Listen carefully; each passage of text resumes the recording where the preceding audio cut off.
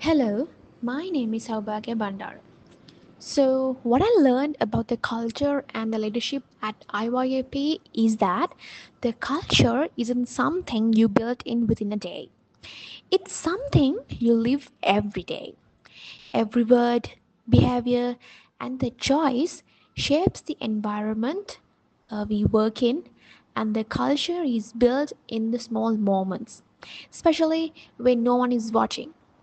So, leadership at IYAP means modeling the values we want to see, like empathy, inclusivity, and the service, and empowering others to do the same.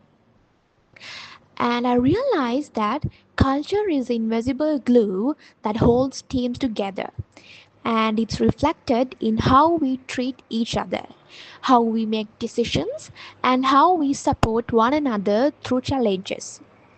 And also, leadership isn't just about titles, it's about actions, accountability, and creating a space where everyone feels valued and heard.